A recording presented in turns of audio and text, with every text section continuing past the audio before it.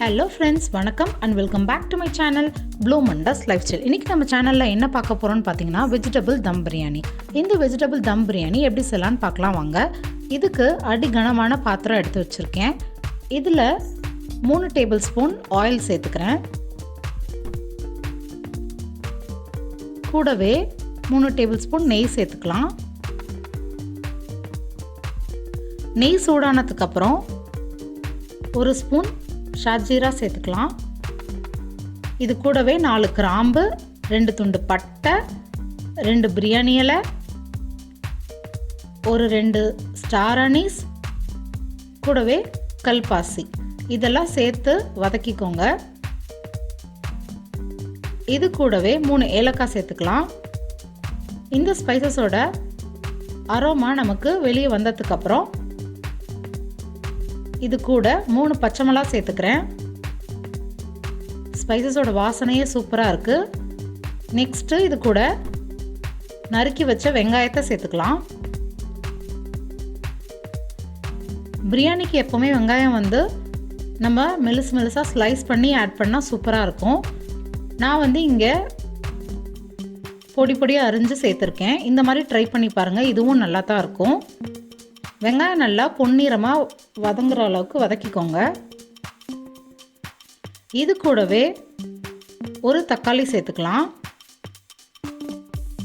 நான் இங்கே 3 பெரிய வெங்காயம், ஒரு பெரிய தக்காளி சேர்த்துருக்கேன். வெங்காயம் தக்காளி நல்லா வதங்கினதுக்கப்புறம் இதில் நம்ம ஜிஞ்சர் கார்லிக் பேஸ்ட் சேர்த்துக்கலாம். ஒரு 2 டேபிள் ஸ்பூன் இஞ்சி பூண்டு விழுது இதில் சேர்த்துக்கிறேன். இஞ்சி பூண்டு விழுதையும் வெங்காயம் தக்காளியோட சேர்த்து வதக்கிக்கோங்க. இப்போது இஞ்சி பூண்டு விழுதோட பச்சை வாசனை போகிற அளவுக்கு வதக்கியாச்சு. இதில் ஒரு கைப்பிடி புதினா இலையை சேர்த்துக்கிறேன். இது கூடவே ஒரு கைப்பிடி கொத்தமல்லி தழை இதெல்லாத்தையும் சேர்த்து நல்லா மிக்ஸ் பண்ணிக்கோங்க.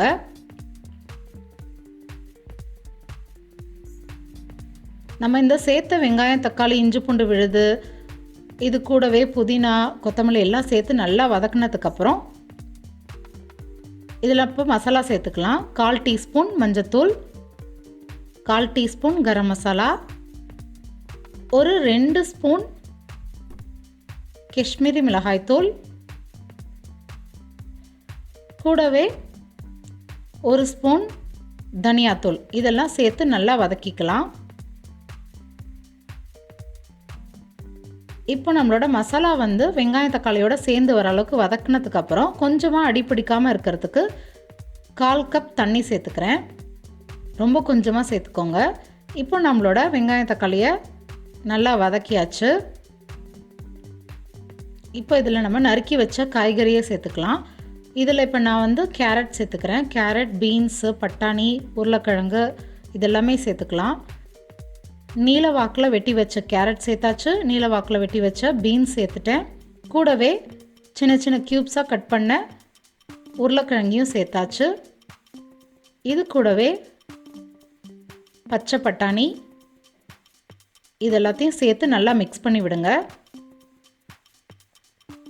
நம்ம சேர்த்துருக்க இந்த வெஜிடபிள்ஸ் கூட மசாலா நல்லா ஒன்று சேர்ந்து வரணும். அதனால் நல்லா மிக்ஸ் பண்ணி வதக்கிக்கோங்க.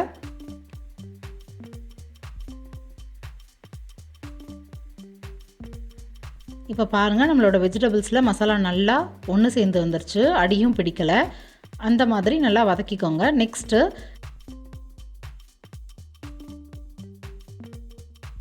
ஒரு 100 ml தயிர் சேர்த்துக்கிறேன். 100 ml தயிர் சேர்த்ததுக்கப்புறம் வெஜிடபிள்ஸோடு சேர்த்து நல்லா மிக்ஸ் பண்ணுங்கள்.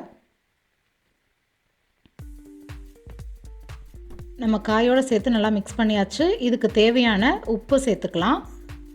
காய்க்கு தேவையான உப்பை சேர்த்துட்டு நல்லா கலந்து விடுங்க.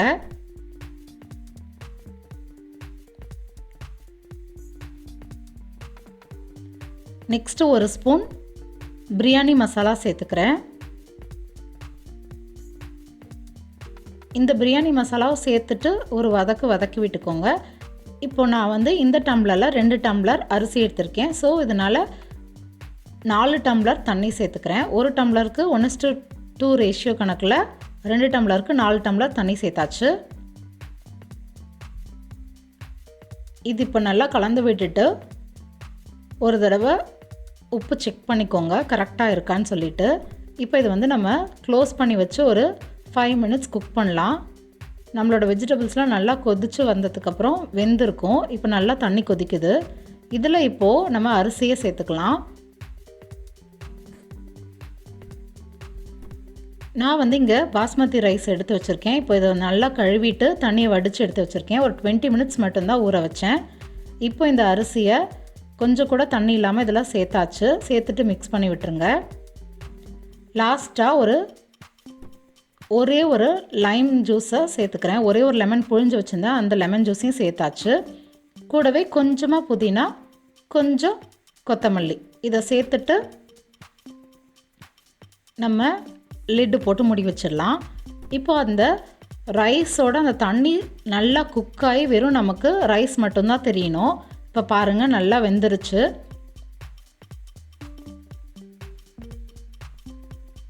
நம்ம ஓப்பன் பண்ணி பார்க்கக்குள்ள நமக்கு வெறும் ரைஸ் மட்டும் தான் தெரியணும். நல்லா தண்ணி எல்லாம் உறிஞ்சிருக்கணும். இப்போ நம்ம இதை க்ளோஸ் பண்ணி வச்சிடலாம்.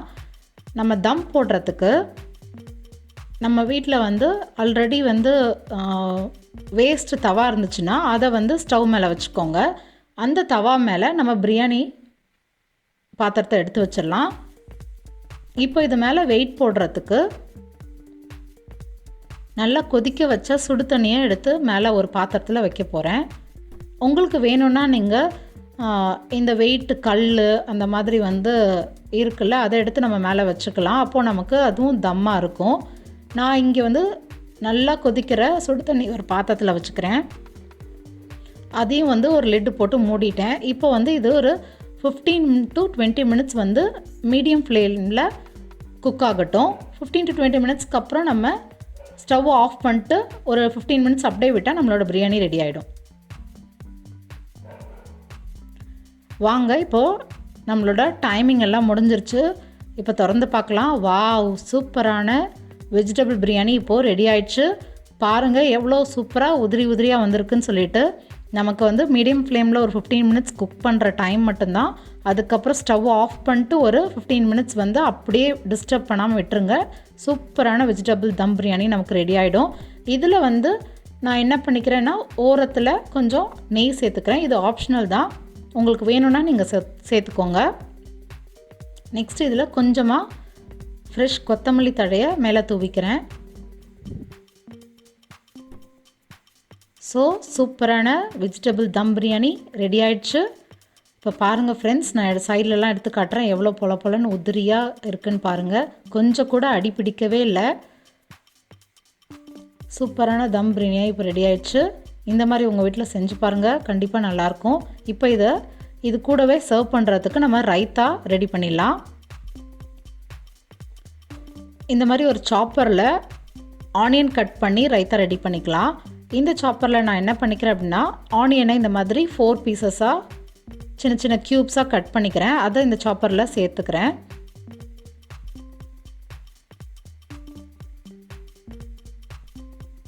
இந்த மாதிரி ஆனியன்ஸை சேர்த்துட்டு நம்ம ஈஸியாக சாப் பண்ணிக்கலாம்.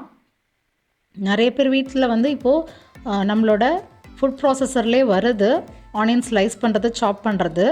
அதை டக்குன்னு யூஸ் பண்ணுறதுக்கு பதிலாக இந்த மாதிரி சிம்பிளாக யூஸ் பண்ணுறதுக்கு ஈஸியாக இருக்குது. நான் வந்து இது அமேசானில் தான் பர்ச்சேஸ் பண்ணல. இந்த ஸ்மைல் மாம்ன்ற கம்பெனியை பர்ச்சேஸ் பண்ணேன். இது ரொம்பவே எனக்கு நிறைய விஷயத்தில் ஹெல்ப்ஃபுல்லாக இருக்குது. இதில் தான் இப்போ நம்ம ரைத்தாக்கு ரெடி பண்ண போகிறோம். ஸோ இதை க்ளோஸ் பண்ணிக்கலாம். இப்போது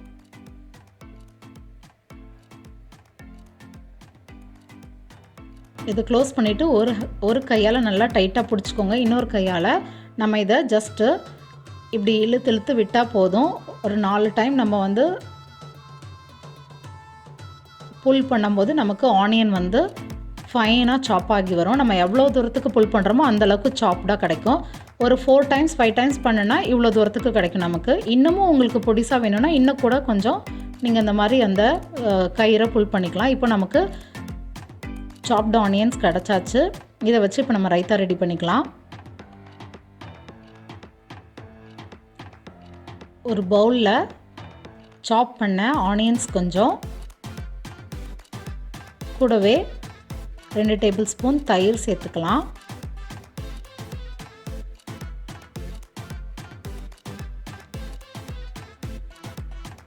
தயிர் சேர்த்ததுக்கப்புறம் இதுக்கு தேவையான அளவு சால்ட் சேர்த்துக்கிறேன். இப்போ வெங்காயம் தயிர் எல்லாத்தையும் சேர்த்து நல்லா மிக்ஸ் பண்ணிக்கலாம். இன்னமும் உங்களுக்கு வந்து பொடி பொடியாக வேணும்னா நான் வந்து வீடியோக்காக பாதியே சாப் பண்ணி விட்டுட்டேன். எனக்கு இன்னமும் நல்லா பொடி பொடியாக இருந்துச்சுன்னா ரொம்பவே பிடிக்கும். அதனால் வேணும்னா நீங்கள் இன்னும் கூட வந்து நல்லா பொடிசாக ஆனியன் கட் பண்ணிக்கலாம் இந்த சாப்பரை வச்சு. இந்த ஸ்மைல் மாம் கம்பெனி யூஸ்ஃபுல்லாக இருக்குது. இது வந்து அமேசானில் கிடைக்குது. இது வேணும்னா நீங்கள் பர்ச்சேஸ் பண்ணிக்கோங்க. நிறையா வந்து ஒர்க்கிங் உமன்ஸ்க்கு யூஸ்ஃபுல்லாக இருக்கும்னு நான் சொல்வேன். இது உங்களுக்கு ப்ரிஃபர் பண்ணுறேன். ஸோ இப்போ நம்மளோட தயிர் பச்சடி ரெடி ஆயிடுச்சு. இதில் வேணும்னா நீங்கள் கொஞ்சம் தக்காளியை கூட க்யூப்ஸாக கட் பண்ணி போட்டுக்கோங்க. அதுவும் வாயில் கடிப்படும் போது நமக்கு க்ரன்ச்சியாக இருக்கும். நம்மளோட விஷ் தான். தயிர் பச்சடி வந்து வெறும் தயிர் அது கூட வந்து வெங்காயம் சேர்த்தும் பண்ணலாம். கொஞ்சம் தக்காளியும் சேர்த்துக்கிட்டால் நல்லாயிருக்கும். இப்போ நம்மளோட தயிர் பச்சடி ரெடி ஆயிடுச்சு. இதில் வேணும்னா நீங்கள் கொஞ்சமாக கொத்தமல்லி கூட கட் பண்ணி பொடிசாக கட் பண்ணி சேர்த்துக்கலாம். நம்மளோட விஷ் தான். இப்போ நம்ம பிரியாணி கூட இந்த தயிரை சர்வ் பண்ணிடலாம் வாங்க. வாவ், சூப்பரான vegetable biryani with raita ready ஆயிடுச்சு. உங்கள் வீட்டில் இந்த வெஜிடபிள் பிரியாணியை ட்ரை பண்ணிவிட்டு எப்படி வந்துச்சுன்னு சொல்லிட்டு எனக்கு மறக்காமல் சொல்லுங்கள் ஃப்ரெண்ட்ஸ். உங்களுக்கு இந்த ரெசிபி பிடிச்சிருக்குன்னு நினைக்கிறேன். இந்த ரெசிபி உங்களுக்கு பிடிச்சிருந்துச்சுன்னா லைக் பண்ணுங்கள், கமெண்ட் பண்ணுங்கள், உங்கள் ஃப்ரெண்ட்ஸ் அண்ட் ஃபேமிலி மெம்பர்ஸ்க்கு மறக்காமல் ஷேர் பண்ணுங்கள். இந்த வெஜிடபிள் தம் பிரியாணி உங்கள் வீட்டில் ட்ரை பண்ணிவிட்டு எப்படி வந்துச்சுன்னு சொல்லிட்டு எனக்கு கமெண்ட் செக்ஷனில் சொல்லுங்கள். உங்களுக்கு இந்த ரெசிபி பிடிச்சிருந்துச்சுன்னா மறக்காமல் என்னோடய சேனலை சப்ஸ்கிரைப் பண்ணிக்கோங்க. கூடவே அந்த பெல் ஐக்கானை கிளிக் பண்ணிக்கோங்க. அப்போ தான் நான் அப்லோட் பண்ணுற நியூ வீடியோஸு உங்களுக்கு நோட்டிஃபிகேஷன் வரும். தேங்க்ஸ் ஃபார் வாட்சிங்.